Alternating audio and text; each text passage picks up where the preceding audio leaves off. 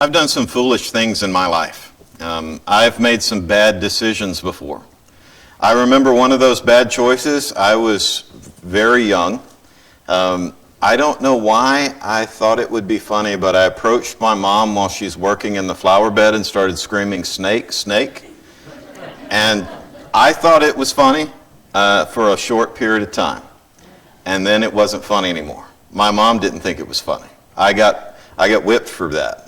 And I understand why now. I deserved it. I've done so many things that were foolish. I've spent money I shouldn't have spent. I've gone to places I shouldn't have gone. I've done things that were very ignorant. There have been times driving cars before that I didn't think about what would happen if I had a blowout or if I had a dog ran out in front of me or something like that. I have been foolish, and we do that. We go through these periods in life where we think that we understand everything. We think that we've got it all figured out, and yet we are so lost, and we misunderstand what the truth is. And most of the time that we make those foolish choices, we think in our heads that we understand all of the circumstance that's surrounding it. We think that we've got it made. We think we're the smart ones. We're the wise ones. But the truth is, we miss so many things. We miss and understand what's true and right. And so we wind up making foolish decisions. I see so many people today, when we turn on our TVs, we see all these wealthy folks that we want to be like. These athletes or TV stars or singers or various people like that. They've got so much wealth and we go, oh man, I want to be like them. But do we look at the bad decisions that they make? Do we look at the foolish choices they make? And even as far as life goes, for us, we don't have to have a lot of money to make bad decisions. We can do it with very little. If we choose to follow the way of the world, we can be foolish. And so we need to wake up and we need to think about what really matters. We look so much at wealth, and we think that wealth matters so much more than everything else. Oh, if I just have enough money, if I do this, if I do that, I can go on vacations, I can relax, I can do this. My family's going to be better. I can buy more stuff. I can have a better car, and I can do all of that. I have those same thoughts.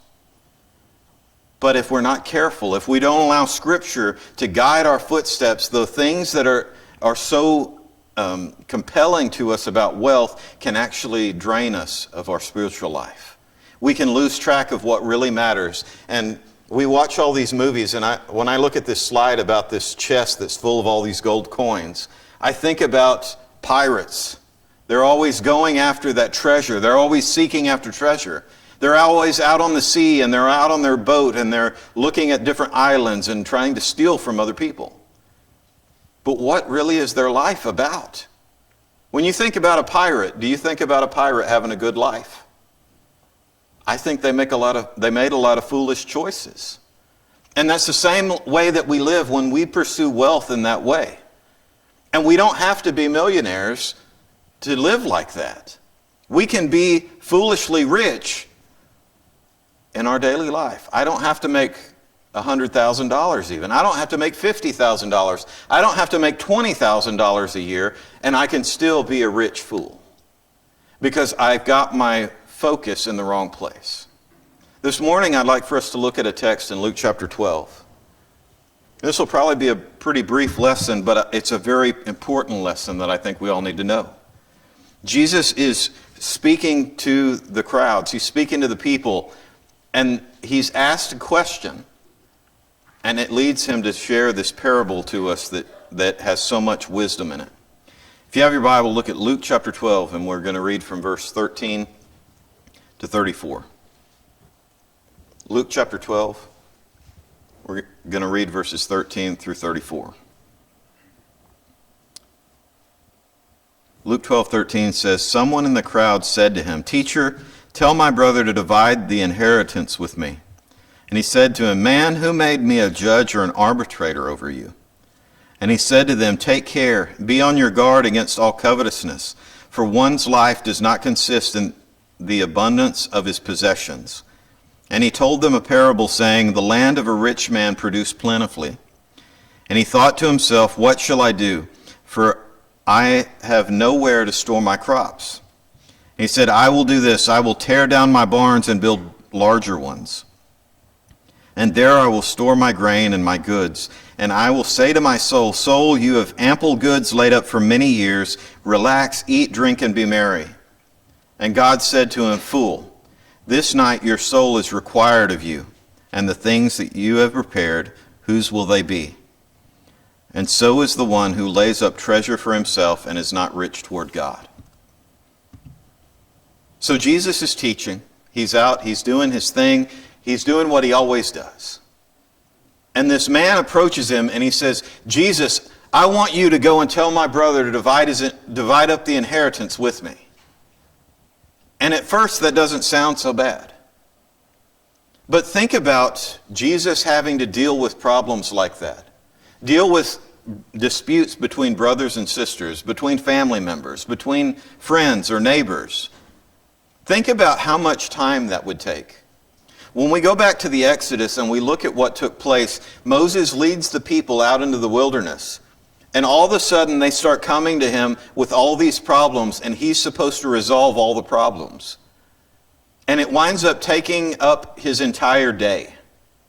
He's sitting there from morning to evening just resolving problems of 2.2 million people is what they estimate. And his father-in-law actually comes to him and he says, you need to divide up the load and let other people deal with those things, and you deal with the big problems. You deal with the leadership. And I think that that's really what Jesus is talking about here. He says, it's not that it's not important to deal with that problem and divide up the inheritance. That's not what he's here for. He's here to share the truths of God with the people so that they can truly understand. He's here so he can instruct them and live out an example and go and die on the cross. And he says, who made me to be this judge and arbitrator for you? That's not my job. That's not why I'm here. And I also think that Jesus knows the heart of the one who's asking him. He knows the purposes, and that's why he goes into this parable. They had this evil intention behind what they were asking. And he says, you need to take care and be on your guard against covetousness, for life does not consist in the abundance of possessions. Your life isn't about all the stuff you have. I know that sometimes it can feel like life is so much easier when we have stuff, doesn't it? It can feel so much easier when we have tons of money in the bank. It can feel so much easier when I have a car that doesn't break down on me. But when we think about like the book of James, he says that when we go through various trials, it builds up this perseverance in us. It reminds us of the world that we live in. It reminds us to be grateful. And so life isn't all about the stuff that we have. Sometimes we need to struggle. Sometimes we need to do without. Sometimes we need to look at the spiritual above the physical. And I really think that one's all the time. And so he tells this parable. He says, there was this rich guy.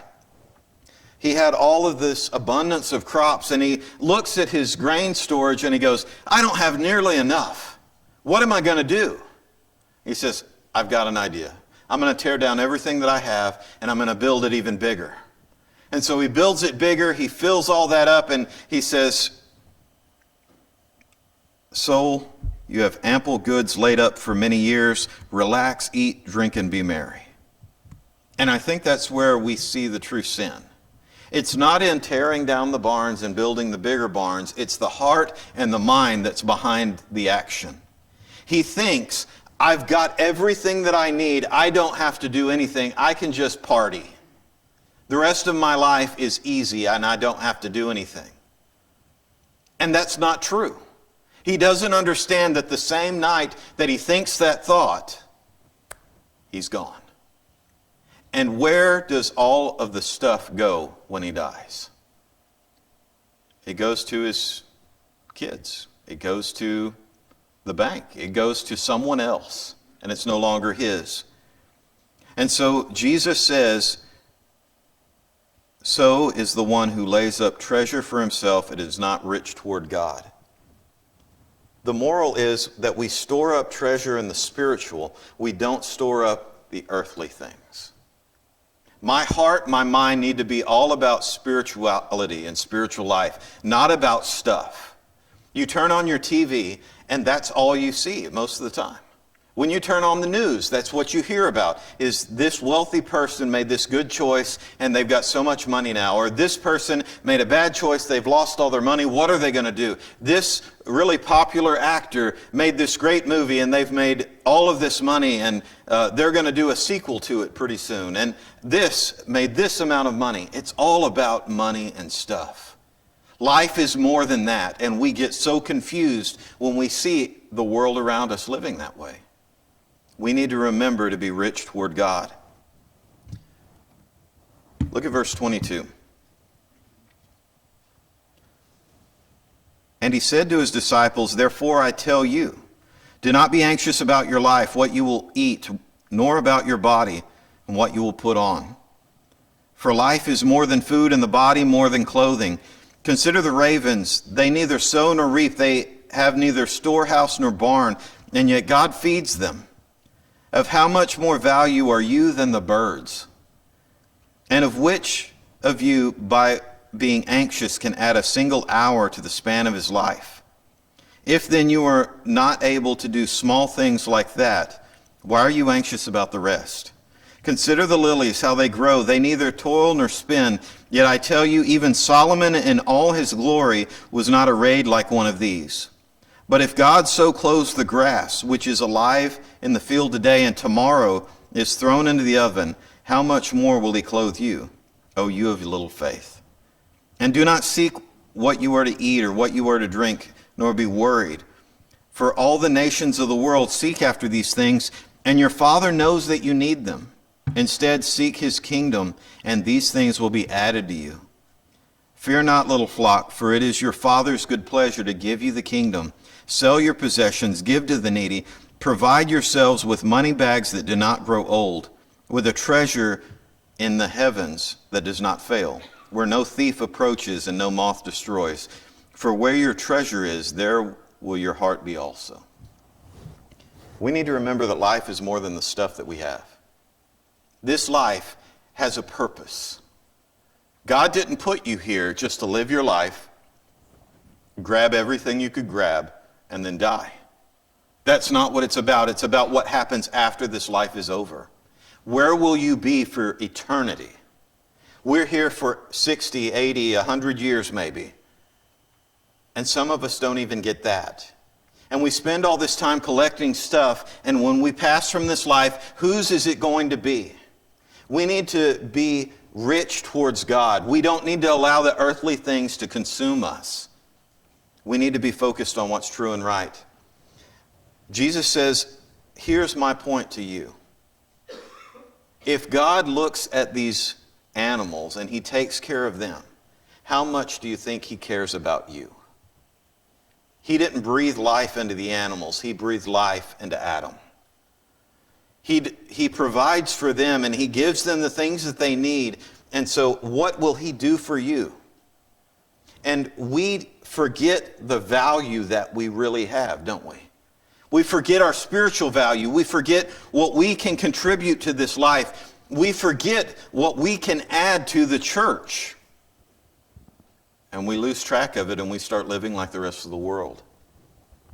And he also asked another question. He says, what can you do to add to your life? Which of you can add any kind of measurement of time or length to your life? You can't. You don't have control of that. Maybe if you're out there and you're being ignorant and you make some bad decision and you wind up killing yourself, maybe you walk out in front of a train.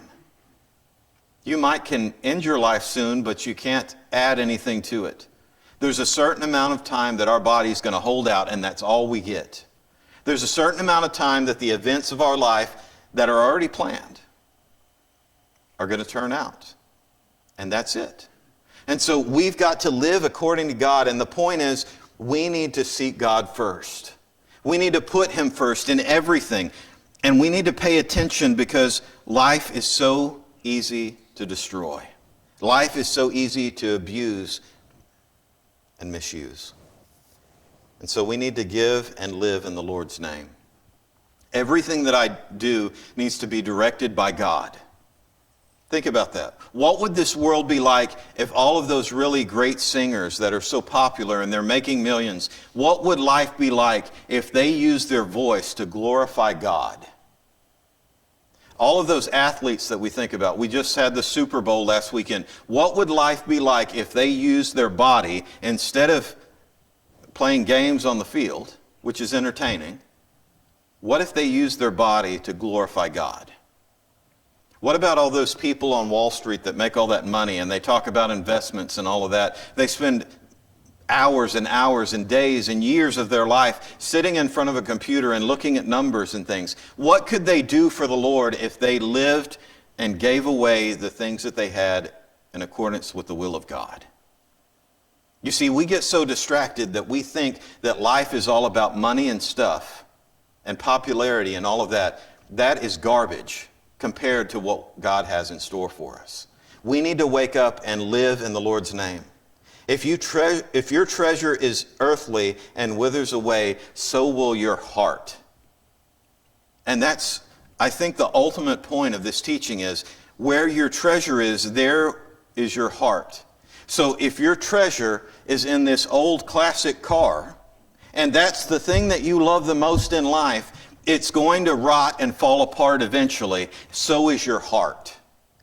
If your treasure is your business, or if it's your job, it can fall apart, and so will your heart. If your treasure is even your family, it can fall apart, and so will your heart. The treasure has to be the Word of God and God Himself. That's where our treasure must be, so that our heart will be eternal with Him. So that our heart and our life will really matter. That's what we need the most. And so he says, make money bags that don't grow old. Find a bank that's not going to burn in the fire. Find a bank that's going to withstand eternity, and that's one that the Lord has. We need to look beyond the temporary things and see the eternal.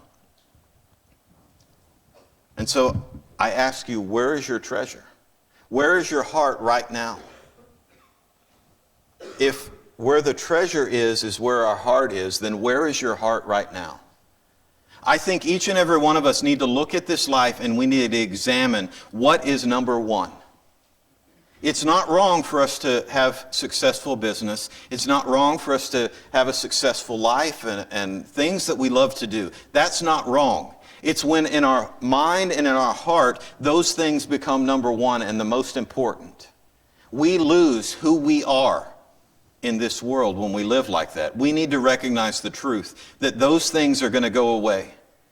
When you think back to the days of Jesus, can you imagine whenever they got some new cart, brand new, just made, somebody just built that thing, and they've got the newest cart. It works so much better than the old one that's rotten and has all the knot holes, and everything squeaks and makes noise, and there's gaps in the boards and all of that. How much would you care about a wooden cart right now? You don't. Unless you like the look of it, the old look of it, you don't really care. But what if I say a 2025 truck or a 2025 car? Would you see value? Would you be interested in that? What's going to happen in 50 or 100 years from now? If God holds off judgment beyond that, what are they going to think about a 2025 car or truck? That's a piece of junk. Why would you care about that? It's all the same. We look at this stuff and it's new and shiny and it's going to fade away, and we need to make sure that we're paying attention to the things that are going to last for eternity. This morning, if you need to come to the Lord, if you need to change your life, if you need to change your heart and the treasure that your heart's set upon, I ask you to come as we stand and sing.